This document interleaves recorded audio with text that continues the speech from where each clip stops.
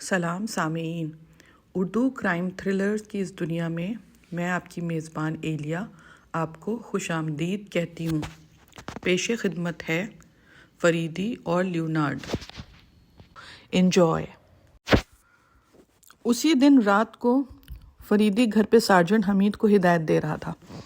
میرے بتائے ہوئے حلیے کے بوڑھے کے بھیس میں تمہیں نیو سٹار کے دفتر میں رہنا ہوگا۔ اس وقت تک تم وہاں موجود رہو گے جب تک کہ تمہیں وہاں سے بلایا نہ جائے، فریدی نے کہا۔ اس نے حمید کو اپنی اسکیم کی ساری تفصیلات سے آگاہ کر دیا تھا، لیکن میں وہاں کہاں کھپوں گا؟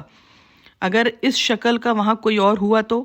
اگر وہاں اس شکل کا کوئی اور آدمی نہ ہوتا تو میں یہ پروگرام بناتا ہی نہیں۔ تو پھر اس آدمی کو وہاں جانے سے کیسے روکوں گا؟ ارے بھائی وہ سب میں کر لوں گا۔ اچھا تم فوراً تیار ہو جاؤ، میں تمہیں اس شخص سے ملانا چاہتا ہوں کہ تم اچھی طرح سے اس کی صورت کو ذہن نشین کر لو۔ تھوڑی دیر کے بعد وہ دونوں شہر کے گھٹیا سے شراب خانے میں داخل ہو رہے تھے۔ یہ شراب خانہ بھی اور ہوٹل بھی، یہ شراب خانہ بھی تھا اور ہوٹل بھی۔ باہر سے آنے والے کم حیثیت مسافروں کے لیے یہاں سستے کمرے مل جاتے تھے۔ فریدی اور حمید کو دیکھتے ہی ہوٹل کا مینیجر لپک کے ان کی طرف آیا۔ کہیے حضور خیریت تو ہے؟ میرے کمرے کی کنجی، اور ہاں فضلو کو بھی بھیج دینا۔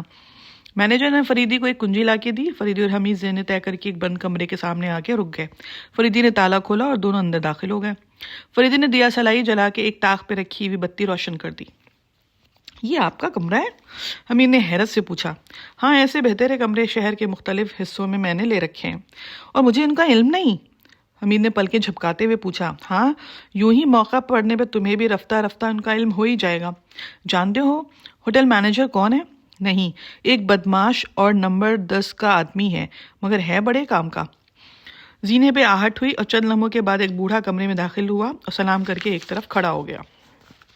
فضلو، تم نے نیو سٹار ہی کے پریس میں کام کرتے ہو نا؟ فریدی نے کہا۔ جی حضور۔ اچھا دیکھو، تمہیں کچھ دن تک اسی کمرے میں رہنا ہوگا اور یہ تمہارے بھیس میں وہاں کام کریں گے۔ ارے حضور، کوئی خاص کام ہو تو مجھے ہی بتا دیجئے، بوڑھا بولا۔ نہیں، تم نہیں کر سکو گے، جیسی حضور کی مرضی۔ 1 گھنٹے کے بعد مجھے کام پہ جانا ہوگا، میں کل رات نائٹ ڈیوٹی پر ہوں۔ میں کل نائٹ ڈیوٹی میں ہوں۔ اچھا حمید، تو تم تیار ہو جاؤ، میں تمہیں ابھی فضلو بنائے دیتا ہوں، فریدی نے کہا اور کمرے میں رکھے ہوئے ایک بڑے صندوق کو کھول کے اس میں سے بھیس بدلنے کا سامان نکالنے لگا۔ تھوڑی دیر کے بعد اس کمرے میں ایک ہی شخص کے 2 بوڑھے نظر آ رہے تھے، اور ان میں سے ایک بوڑھا باہر چلا گیا، دوسرا وہیں کھڑا رہا۔ ہاں تو فضلو، جب تک تمہیں میری طرف سے اطلاع نہ ملے تمہیں یہیں اس کمرے میں رہنا، میں نے مناسب انتظام کر دیا ہے، تمہاری ضروریات کی ساری چیزیں یہیں پہنچتی رہیں گی۔ اب فریدی نے بھی بھیس بدلنا شروع کیا۔ آدھے گھنٹے کے بعد اس کی جگہ ایک ادھیڑ عمر کا ملٹری آفیسر کھڑا سگار پی رہا تھا۔ فضلو اسے حیرت سے دیکھ رہا تھا۔ فضلو، مجھے اطلاع ملی ہے کہ تم نے آج کل پھر کوکین کا دھندا شروع کر دیا ہے، فریدی نے پوچھا۔ اب سرکار سے کیا پڑتا؟ فضلو نے سر گھچاتے ہوئے کہا۔ پریس کی نوکری میں اتنا نہیں ملتا جس سے پیٹ پل سکے، مہینے میں 100 روپیہ تو صرف بال بچوں کے لیے گاؤں بھیجنا پڑتا ہے۔ خیر، لیکن اس بات کا خیال رکھنا کہ معاملہ میرے ہاتھ تک نہ پہنچنے پائے، ورنہ میں مجبور ہو جاؤں گا۔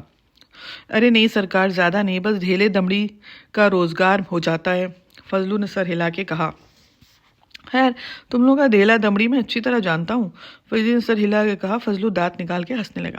اچھا اب میں چلا، دیکھو جو کچھ سمجھا دیا اس کے خلاف نہ ہونے پائے، مجال ہے سرکار اس کے خلاف ہو جائے، آپ کے لیے تو جان بھی حاضر ہے۔ فریدی ملٹری آفیسر کے بھیس میں ہاتھ میں ایک سوٹ کیس لٹکائے باہر نکل آیا اور ٹیکسی کر کے ریلوے اسٹیشن کی طرف روانہ ہو گیا۔ اوکے سامعین، فریدی اور لیونارڈ کے ناول کے یہ پارٹس یہاں ختم ہوئے۔ میں آپ کی میزبان ایلیا یہاں آپ سے ریکویسٹ کرتی ہوں کہ اس ہیلدی انٹرٹینمنٹ کو انجوائے اور انکریج کرنے کے لیے ایلیا کی جاسوسی اردو ادب کی اس دنیا کو سبسکرائب اینڈ شیئر ضرور کریں، اور ہاں اگر آپ کو ہمارا انداز بیان ذرا بھی اچھا لگا ہو تو پلیز لائک تو ضرور کر دیں۔ ملتے ہیں نیکسٹ پارٹ میں۔ Thank you.